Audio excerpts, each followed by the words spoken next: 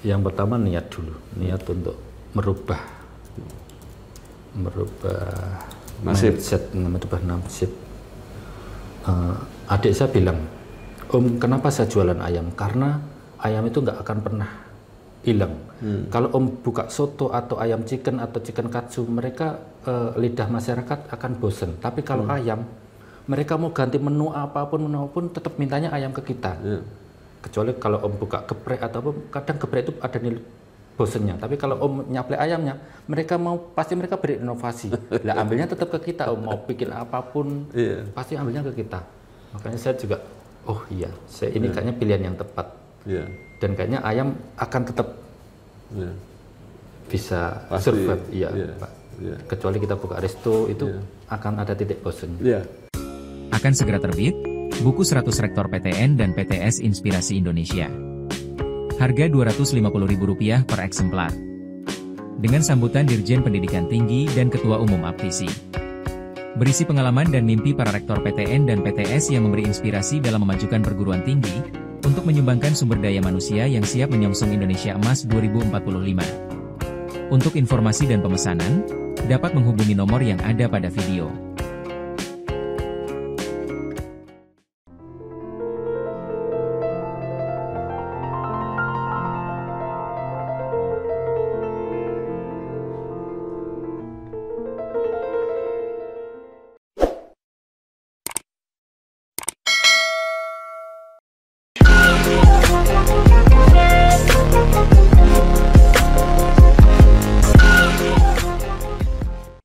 Assalamualaikum warahmatullahi wabarakatuh. Waalaikumsalam warahmatullahi wabarakatuh. Bersama saya Bambang Sadono di kanal Bangsa TV. Mudah-mudahan kanal ini selalu konsisten untuk mencatat prestasi dan membangun motivasi. Saya sekarang sedang bersama dengan salah seorang, ya, dianggap anak muda, sudah tidak terlalu muda, tapi senior juga belum, ya. Namanya adalah Pak Joko Purnomo. Apa kabar Pak Joko? Alhamdulillah baik. Baik Pak Joko.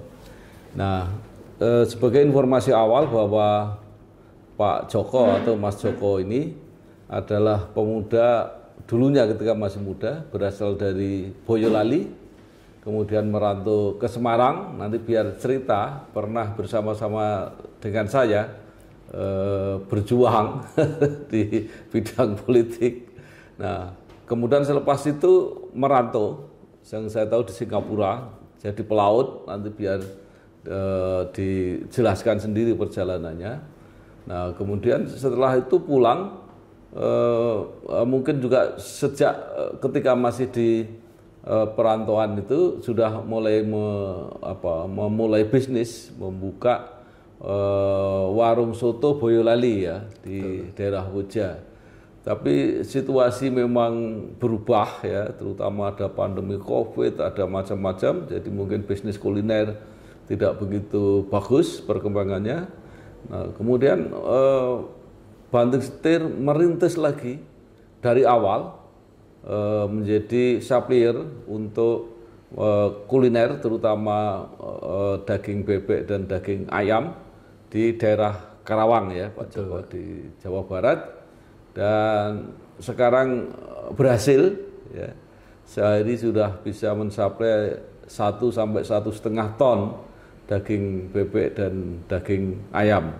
Nah, inilah yang membuat kami kenapa mewawancarai Pak Joko Purnomo ini. Mudah-mudahan benar-benar pengalamannya ini menjadi inspirasi kita semua. Bukan hanya menarik karena mau merintis usaha dari nol, dari bawah, tetapi yang lebih menarik lagi karena dia sudah pernah berusaha dan pernah jatuh, kemudian bangkit lagi, dan ternyata sukses. Nah, Pak Joko cerita dari awal ketika mulai dari Wonogiri, kemudian saya juga lupa alasannya bagaimana tiba-tiba ketemu di lingkungan saya, ya, kemudian apa yang dikerjakan. Coba silakan cerita Pak Joko, silakan. Siap, Pak. Assalamualaikum warahmatullahi wabarakatuh. Saya Joko Purnomo, Saya asli Boyolali. Saya merantau ke Semarang waktu itu pernah kerja di Lik Kaligawe, ikut sama Bapak Eko Laksanto. Jadi saya kenal beliau waktu saya masih di Kaligawe. Di sana cukup lama, terus Pak Eko Laksanto resign, saya juga resign. Terus Pak Bambang Sadono waktu itu pas kebetulan mau menjago untuk calon gubernur Jawa Tengah, saya diajak gabung. Alhamdulillah saya dipercaya gabung untuk mendukung Bapak Bambang Sadono. Saya waktu itu memegang 3 dapil, Karanganyar, Wonogiri sama Sragen. Di sana saya juga dapat pengalaman yang banyak dari Pak Bambang Sadono.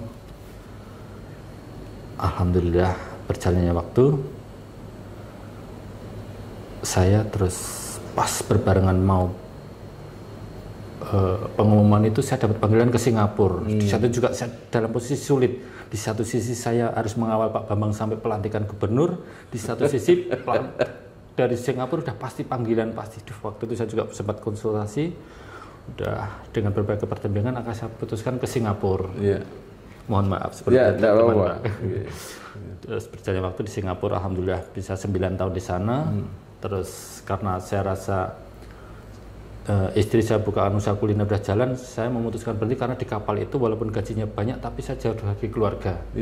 Jauh dari keluarga. Terus juga. Nah, Pak Joko, sebelum dilanjutkan ada sesuatu yang menarik. Bagaimana caranya Pak Joko tiba-tiba bisa kerja di Singapura, ya mungkin diceritakan prosesnya, dan kan itu kerja di laut ya, kerja di itu. Nah itu apa punya latar belakang atau pengalaman atau pendidikan semacam itu? Jadi di laut itu ada 2 jalan, satu jalan kuliah di Akpelni, Amni, PIP dan sebagainya. Ada jalan yang dari sisi diklat. Jadi kita karena di kapal itu ada beberapa sertifikat yang harus kita ambil untuk kita buat persyaratan kerja. Jadi di situ kita bisa diklat di PIP. Waktu itu saya ambil di PIP selama 6 bulan, ngambil berbagai persyaratan dan alhamdulillah diberi kelancaran. Pas kebetulan saudara saya Pudir 2 di PIP, Bapak Kapten Sugianto. Terus waktu itu di Singapura pas ada membutuhkan langsung ke Mas, coba syaratnya saya kasihkan ke Singapura, coba nanti tapi wawancara sendiri. Akhirnya dari Singapura telepon wawancara, alhamdulillah lolos. Terus langsung jadi dengan begitu alhamdulillah Allah memberi kemudahan, dengan begitu cepatnya jalannya dimudahkan, langsung diterima dan didapat suatu perusahaan yang paling bagus di Singapura juga alhamdulillah.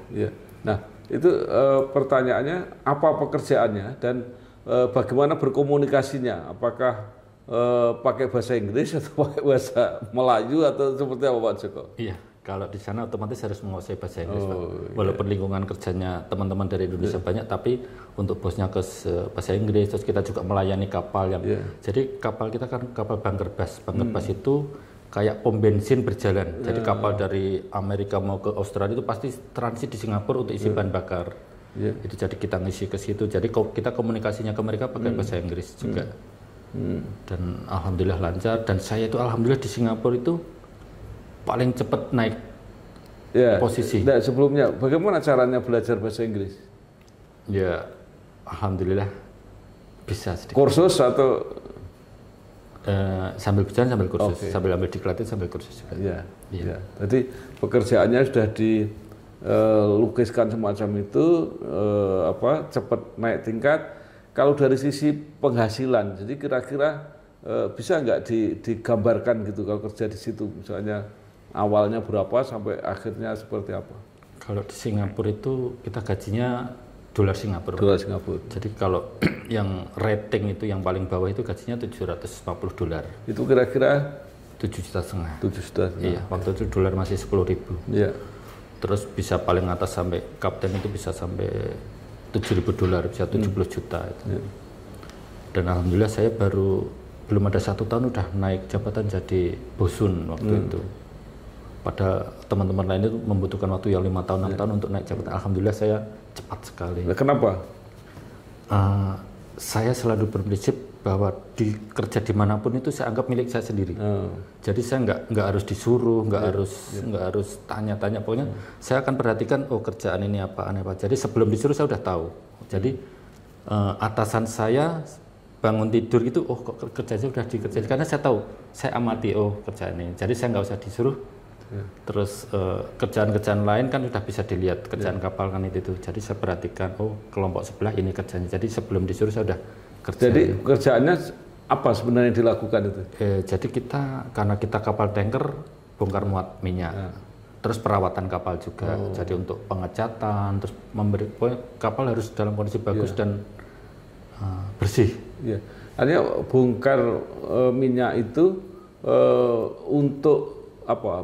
Pemindahan. Iya. Jadi ada 2 macam kapal untuk ngisi BBM, kapal kontainer yang lintas benua, pasti di Singapura kan transit. Kita isi bahan, mereka juga isi logistik, isi air dan lain-lain. Nah kita bagian ngisi minyaknya itu. Oh jadi itu ya, jadi bukan bisnis minyak. Bukan ya. Iya, jadi perusahaan kita dikontrak sama company besar untuk ngisi bahan bakar. Pak Joko sampai 9 tahun kerja di perusahaan itu, pindah-pindah atau tetap? Nggak pindah-pindah. Nggak pindah-pindah. Ya. Nah, kalau dari segi penghasilan itu sampai terakhir berapa? Bisa 50 juta. Pak. 50 juta itu pangkat terakhir. Iya. Nah, kalau tidak salah untuk mencapai pangkat tertentu itu harus sekolah lagi. Betul. Ya. Saya terus 3 tahun turun sekolah di BP3 IP Sunter untuk meningkatkan kompetensi sama menambah sertifikat itu. Nah, selama 9 tahun itu keluarga seperti apa? Bisa pulang setiap berapa? Apa setahun? Apa setengah tahun? Saya kerja 6 bulan, cuti 1 bulan. Oh. Jadi nanti di rumah 1 bulan, balik ke kapal 6 bulan, cuti. Gitu. Terus-menerus seperti itu ya? Iya. Lalu mulai kapan Pak Joko terpikir untuk sambil kerja di Singapura tapi punya bisnis di Semarang waktu itu? Karena saya berpikir untuk kerja terus nggak bisa selamanya. Jadi saya harus mulai merintis apa yang bisa pemasukan setelah saya istirahat di darat. Karena nggak mungkin sampai umur saya tua di kapal terus. Karena banyak pengalaman teman-teman saya itu, mereka nunggu tua, begitu istirahat di rumah udah sakit-sakitan, Pak. Udah sampai ada yang sampai stroke. Jadi saya nggak mau seperti itu. Jadi saya harus sebelum seperti itu saya harus melangkah duluan. Artinya penghasilannya itu ditabung terus untuk beli alhamdulillah rumah, waktu itu untuk saya untuk berpikir itu, makanya saya kalau pas cuti itu saya lihat-lihat ada tanah dijual, saya beli, ada tanah dijual saya beli. Jadi saya alhamdulillah di Singapura itu nggak pernah foya-foya, Pak. Jadi karena saya udah fokus untuk jadi teman-teman saya itu yang kalau turun nggak ada job ke kasino, ke diskotik ini saya ikut turun juga, tapi saya nggak ikut. Alhamdulillah saya ikut ke kasino juga, cuman ini udah main pakai uang saya enggak gitu seperti itu. Karena saya berpikir sekali saya mencoba pasti ketagihan. Teman-teman saya itu sampai gaji habis, pokoknya nggak punya apa-apa teman-teman, karena mereka tergiur dengan penghasilan yang kasino itu. Sekali dapat kan kadang $5.000, sekali dapat. Tapi mereka nggak mikir kalahnya. Karena pasti kasino itu udah pasti nyedot uang kita. Dan alhamdulillah saya walaupun sekalipun belum pernah main, walaupun dikasih uang teman saya belum pernah. Iya. Nah, bagaimana kemudian milih bisnis membuka warung soto itu? Karena saya orang Boyolali, Pak. Dan saya penyuka soto, penyuka kupat tahu. Jadi saya buka usaha harus apa yang saya senang. Karena saya senang, udah buka soto. Terus istri saya suruh belajar ke Boyolali, bumbu-bumbunya. Terus begitu saya pas cuti saya rasakan udah enak. Terus ya udah berani saya buatkan rumah makan. Terus yang tanah sudah saya beli itu saya bikinkan perumahan, saya tinggal ke sana lagi sambil saya pantau. Setelah jadi langsung saya suruh buka. Lalu kenapa atau kapan memutuskan enggak saya harus berhenti dari kerja di kapal di Singapura? Itu setelah warung saya sudah berjalan. Iya. Dan waktu itu anak saya di rumah, Pak, di sini yang makan artis-artis, Pak. Jadi waktu itu ada Nadine Chandrawinata, ada Vicky Notonegoro, ada Thomas Jorgi. Saya dalam hati, di Boja tapi kok yang makan artis-artis. Saya waktu itu pasti bisa ini. Akhirnya saya memutuskan keluar, walaupun waktu itu ditahan, Pak. Kapten saya, terus orang kantor. Nah, nggak usah keluar, sambil jalan aja, eman-eman di sini gajinya gede. Gitu. Itu sudah sampai level apa waktu keluar itu? Sudah, alhamdulillah udah kepala kerja. Kepala kerja. Iya. Tapi masih bisa naik jadi kapten apa enggak? Bisa, kalau sekolah terus masih bisa. Oh, iya. Cuman kan waktunya udah. Ya, oke. Pulang bikin warung soto. Tapi gimana ceritanya itu warung soto yang tadinya sudah ada penggemarnya, artis-artis dan sebagainya, akhirnya surut? Kayaknya karena ini Pak, setelah tol Kalikangkung dibuka, jadi dulu kan depan rumah saya itu jalan alternatif kalau mau dari Boyolali Solo mau ke Jakarta pasti lewat Damar Merah. Nah, itu banyak. Kan otomatis mereka soto Boyolali, yang orang-orang sana pasti mampir. Dan setelah ada tol juga, COVID juga, terus sepi banget, terus ya. Ya, terus semakin menurun Mbak grafiknya itu. Oke, soto menurun, kemudian merintis kegiatan baru. Itu mulai kapan dan bagaimana cerita awalnya? Saya setelah itu sempat buka usaha interior, buka wallpaper. Saya sampai masang kemana-mana. Saya berpikir kan wallpaper itu modalnya cuma beli katalog, satu katalog 250 yang berisi album-album itu. Saya sampai muter. Cuman dari segi keuntungan wallpaper itu nggak banyak. Karena dalam satu rumah itu kadang cuma kamar anaknya, kadang cuma ruang tamu. Jadi cuma kadang 2 roll, 3 roll. Jadi nggak bisa yang sampai berroll-roll. Dan keuntungannya itu satu roll itu cuma 25.000. Jadi kalau dalam satu rumah itu cuma 5 roll, keuntungan kita kan 125.000. Tapi itu ada 3 proses. Saya waktu penawaran saya udah ngeluarin bensin. Kalau waktu itu saya pakai mobil karena untuk meningkatkan prestis ya Pak. Kalau nawarin pakai motor kan kadang orang kurang berkomentar. Saya pakai mobil, jadi modal bensin udah 50.000. Terus nanti belum tentu deal, kadang harus ke sana lagi ngukur. Terus pas tukang pasangnya nungguin, saya harus nungguin. Jadi dari keuntungan 125.000, utuhnya cuma 25.000. Saya pernah sampai nangis di pinggir jalan, Pak. Ya Allah, saya dipanggil bos wallpaper, tapi keuntungan saya cuma 20. Itu prosesnya seminggu 25.000 karena kan belum tentu datang langsung pasang. Tapi ya dengan begitu tetap semangat. Terus kemudian bagaimana perjalanannya dari situ, kemudian bisnis supply bebek dan ayam? Kebetulan adik saya itu sudah jadi pengusaha ayam yang besar di Bekasi sana, Cipitung. Sekarang udah PT Sendang Rezeki Binanggit namanya Pak. Itu udah armadanya banyak, truk termo itu udah banyak, karyawannya udah puluhan, hampir 50 karyawannya itu. Terus dia kapasitasnya sehari udah bisa ratusan ton. Nah, terus pas pulang lebaran ketemu, terus saya, Dek, ini usaha saya udah semakin surut, boleh nggak saya ikut kerja? Wah, masa omnya ikut kerja? Gimana nanti, kan di sana cuma angkat-angkat om kerjanya, masa saya mau nyuruh omnya angkat-angkat kan nggak mungkin. Kalau om mau, om buka aja di Karawang, belum kita garap gitu. Terus waktu itu saya pikir, karena untuk membuka usaha kan nggak gampang, saya pikirnya kalau kerja kan udah kerja, digaji udah selesai. Itu butuh, saya pikir kira-kira 1 bulan gimana ya. Terus habis itu pas kayak sudah mantep Pak. Saya waktu habis sholat subuh itu langsung siap-siap, langsung nyetatan mobil. Istri saya kaget, loh Mas mau kemana? Mau ke Jakarta. Karena saya terbiasa memutuskan apa-apa sendiri Pak. Kalau saya minta pendapat kadang berbeda dengan apa yang saya mau. Jadi saya langsung, loh Mas kemana? Mau ke Jakarta. Lu ngapain? Mau ke Dedo, mau ke sana mau belajar bisnis. Terus dengan tanpa banyak waktu, karena saya memutuskan waktu itu memang waktu yang tepat untuk berangkat. Saya waktu itu sampai Bismillah Pak, Bismillah. Karena uang juga udah mulai menipis kan, saya nggak mungkin memutuskan gitu terus. Saya sampai nggak beli etol, biar irit itu Pak. Saya sampai jalan biasa, sangu sego, saya sampai Pemalang tuh makan di Bismillah, saya makan di jalan itu. Terus sampai tempat adik saya, alhamdulillah sore udah sampai, terus besoknya udah mulai mempelajari. Oh ayam ukuran ini, bebek ukuran ini. Saya belajar, terus sampai saya ngikuti nganter-nganter, sampai dimarahin adik saya, Om nggak usah ikut nganter-nganter, udah. Masa omnya ikut, tapi karena saya itu tipe pekerja, tipe yang nggak mau itu Pak. Terus akhirnya selama 2 minggu, udah Om nggak usah banyak belajar, sambil jalan aja, dah langsung kita ke Karawang. Langsung saya diajak ke Karawang pakai mobil adik saya, terus langsung di Karawang udah ada resto buka, itu langsung Om coba itu ditawarin Om.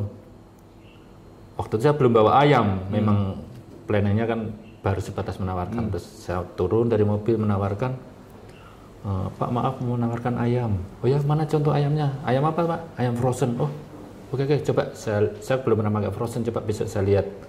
Terus saya balik ke mobil, gimana Om? Besok mau lihat sampelnya Dek. Oh ya bagus, walaupun belum beli, yang penting dia mau komunikasi itu udah suatu proses yang bagus Om. Terus kita ke warung lagi, nawarin lagi. Waktu itu ada 3 warung yang saya dicoba untuk bisa nggak saya menawarkan, ternyata alhamdulillah bisa. Terus saya mau balik ke Cibitung, muter-muter nyari kontrakan, alhamdulillah dapat yang cocok banget. Terus balik ke rumah adik saya. Adik besok tak pulang dulu untuk memulai. Loh ngapain pulang? Saya belum bawa apa-apa nih, kasur, kompor dan lain-lain. Udah saya belikan semuanya gitu. Pokoknya saya nggak usah lama-lama, nanti pulang malah nggak kesini-sini, biar cepet action. Akhirnya ke toko beli peralatan, besoknya udah langsung ke Karawang sendirian. Terus langsung saya beli, waktu itu saya punya modal 30 juta. 30 juta itu saya bagi untuk beli freezernya 10,5 juta, karena adik saya kan udah komitmen dari awal, Om di antara kita jangan boleh ada utang piutang ya Om, biar nggak memutuskan saudara. Jadi dari uang 30 juta itu saya harus untuk beli ayam juga. Jadi ayam waktu itu satu freezer itu nominalnya 13 juta Pak. Biar udah penuh itu dengan berbagai ukuran yang diperlukan warung-warung, kan kita udah mempelajari kebutuhannya ukur ini itu. Udah bismillah, besoknya saya langsung muter. Saya beli motor second di Karawang itu. Beli motor second seadanya, yang penting bisa jalan dulu. Terus muter pertama ke warung yang kemarin nanya itu, ke situ dulu. Terus dia alhamdulillah dia pesen 13 ekor. Dan adik saya udah pesen, Om ngambil untung 1.000 aja, yang penting Om nanti akan merasakan setelah kuantitinya banyak. Jadi Om jangan mikir kok sedikit. Adik saya udah gitu, jadi saya ngikut karena mereka ada pelangganan. Dan lainnya nggak ada yang pesen waktu itu Pak. Ada yang bilang, wah enggak, saya udah ada yang nyaple, terus saya nggak pakai ayam frozen, terus saudara saya punya peternakan sendiri, udah gitu. Tapi saya tetap semangat, karena udah laku 13 ekor itu saya udah pasti lainnya laku itu pasti. Terus hari kedua, karena yang 13 ekor itu kan sehari nggak habis, muter lagi sampai saya beli peta itu Pak, di peta Karawang mana yang mau saya tawar-tawari. Jadi saya hari ini sudah saya centang kecamatan ini, semua saya tawarin sampai Karawang tuh. Dan hari kedua itu laku 6 ekor. Saya terus pulang ngambil 6 ekor, seneng banget waktu itu Pak. 6 ekor itu jadi untung 6.000 hari kedua itu. 6.000 terus. Jadi saya tiap pagi itu beli sop-sopan 5.000 Pak. Sop-sopan di warung ada sop-sopan yang sudah pack-packan 5.000, saya masak 5.000, terus masak nasi, jadi makan itu 5.000 itu saya buat sehari itu Pak. Terus udah muter berjalannya waktu alhamdulillah. Adik saya mantau terus tiap malam tuh, hari ini laku berapa, jadi dia tetap memberi semangat terus Pak. Akhirnya mulai bagus setelah hari keberapa? Kayaknya yang bisa itu mulai 5 bulan Pak. Oh baru ya? 5 bulan baru. Ya yang 3 bulan itu masih sedikit-sedikit Pak. Jadi saya selama 3 bulan itu sampai nggak berani jajan. Mau jajan ke warteg apa nasi padang itu nanti habis 20.000, saya harus menjual 20 ekor ayam, padahal jual panas-panas kan susah, eman-eman banget. Saya mendingan pulang, lapar-lapar pulang goreng telur apa Indomie atas sop atau sop yang tadi pagi gitu Pak. Dan bulan keempat, bulan ketiga itu anak saya telepon, Pak boleh ikut nggak? Waduh, gajinya tapi sedikit Mas, karena walaupun anak kan tetap harus saya gaji Pak, karena biar ada hitungan yang jelas. Terus saya gaji waktu itu awal-awal 1,5 juta kayaknya, alhamdulillah sudah bisa gaji 1,5 itu, udah termasuk alhamdulillah. Terus kita akhirnya berjalan berdua, berkembang, terus pelanggan semakin banyak Pak, terus dapat pelanggan catering juga, warung yang punya banyak cabang juga, akhirnya kepercayaan ke saya alhamdulillah sudah mulai tumbuh. Jadi mulai merasa berhasil itu setelah bisa menjual berapa? 200 ekor ayam Pak. Berarti 200.000 seri? Iya, itu saya udah merasa lumayan lah waktu itu. 200.000 itu. Kemudian sampai sekarang terakhir sudah sekarang berapa? alhamdulillah sehari bisa 1 ton sampai 1,5 ton kebutuhan ayam, Pak. Kalau 1 ton atau 1,5 ton itu berapa ekor itu? Jadi 1 ton itu yang satu pabrik itu kebutuhannya 1,5 ton, Pak. Itu belum ayam yang lain-lain. Jadi yang pabrik dimsum yang saya supply ini alhamdulillah percaya banget ke saya karena waktu itu pernah disuplai dengan pedagang lain, ayamnya busuk, ayamnya bau, terus saya masuk alhamdulillah cocok dan sampai sekarang nggak mau diganti orang lain pun karena cocok dengan kualitas yang saya punya. Karena banyak pemain ayam itu kadang itu, Pak, bagus, kadang dicampur yang jelek, yang penting mereka laku gitu. Kalau saya kan nggak mau karena saya selalu menjaga kepercayaan pelanggan. 1 kilo aja 1 ekor itu yang rusak itu akan merusak kepercayaan nama baik saya. Itu 1,5 ton itu baru yang satu pabrik yang karena kalau filet paha, filet dada itu bukan ekoran, Pak. Memang kiloan. Mungkin pertanyaannya begini, dengan omset seperti itu sekarang itu satu hari bisa untung berapa? Satu hari alhamdulillah dengan ayamnya dengan yang 1,5 ton itu bisa 2 juta bisa. 2 juta ya. Iya. Baik, ini pasti apa ya sudah merupakan keberhasilan. Kalau dibanding dengan warung soto dulu seperti apa? Bagus mana? Bagus sekarang, Pak. Bagus sekarang. Iya. Pasti ke depan masih punya cita-cita, punya target. Gambarannya Mas Joko, bisnis ini bisa sampai berapa besar? Saya sekarang sudah punya cold storage dengan kapasitas 7 ton. Planning saya besok ini, saya pengen bikin cold storage lagi dengan kapasitas 20 ton. Biar stok saya lebih banyak, karena kalau kita stok lebih banyak, otomatis belanja itu bisa lebih murah. Misalnya kita belanja 1 ton dengan harga per kilonya 35.000, kalau kita langsung 10 ton, otomatis mereka bisa dinego. Itu yang nanti saya otomatis bisa jual lebih murah lagi, dan saya yakin pelanggan lebih banyak karena saya bisa jual lebih murah. Dan planning saya tahun ini mudah-mudahan bisa bikin cold storage lagi. Jadi bisnis ini sudah dijalani Pak Joko berapa tahun? Saya dari 2021, Pak. Jadi 4 tahun. 4 tahun ya. 4 tahun sudah kelihatan hasilnya. Iya. Nah, apa yang bisa disarankan kepada anak-anak muda yang pengen bisnis seperti ini? Apa yang harus dilakukan, diniatkan, dipersiapkan? Yang pertama niat dulu, niat untuk merubah mindset, merubah nasib. Adik saya bilang, Om, kenapa saya jualan ayam? Karena ayam itu nggak akan pernah hilang. Kalau Om buka soto atau ayam chicken atau chicken katsu, mereka lidah masyarakat akan bosen. Tapi kalau ayam, mereka mau ganti menu apapun tetap mintanya ayam ke kita. Kecuali kalau Om buka geprek atau apa, kadang geprek itu ada nilai bosennya. Tapi kalau Om nyaplek ayamnya, pasti mereka berinovasi. Lah ambilnya tetap ke kita. Om mau bikin apapun, pasti ambilnya ke kita. Makanya saya juga, oh iya, ini kayaknya pilihan yang tepat. Dan kayaknya ayam akan tetap bisa survive, Pak. Kecuali kita buka resto itu akan ada titik bosen. Itu ayamnya seperti apa ya? Artinya kan tadi kan jadi frozen ya. Ada yang dulu saya pernah mewawancarai peternak ayam, itu harganya naik turun, pernah jatuh sekali. Betul, Pak. Ini sekarang hari ini tinggi sekali harganya itu. Cuman ya alhamdulillah pelanggan kita kasih pengetahuan, mengerti juga. Jadi kalau pas naik juga mereka mengikuti, ya udah nggak apa-apa akan naik, karena mereka percaya ke kualitas kita, dan kita selalu menekankan ke pelanggan bahwa kita tetap ngasih harga yang terbaik walaupun mahal. Jadi kalau pas turun harganya turun juga? Iya, turun. Jadi kita nggak ngambil kesempatan pas turun terus kita tetap laba banyak, enggak. Karena takutnya mereka ngecek ke kompetitor lain kok harganya murah, kita belum turun, nanti mereka pindah. Ayam kelihatannya agak beda dengan bebek ya. Bebek lebih stabil atau seperti apa? Betul, bebek lebih stabil, Pak. Ayam yang naik turun. Oke. Baik, mungkin ada yang masih ingin Pak Joko sampaikan ini untuk memotivasi teman-teman muda ini. untuk teman-teman muda kalau mau pengen merubah nasib, jadilah pengusaha. Karena kalau kita jadi pekerja, kita akan mentok. Akan ada titik mentoknya. Kalau kita pengusaha, kita pasti akan berkembang.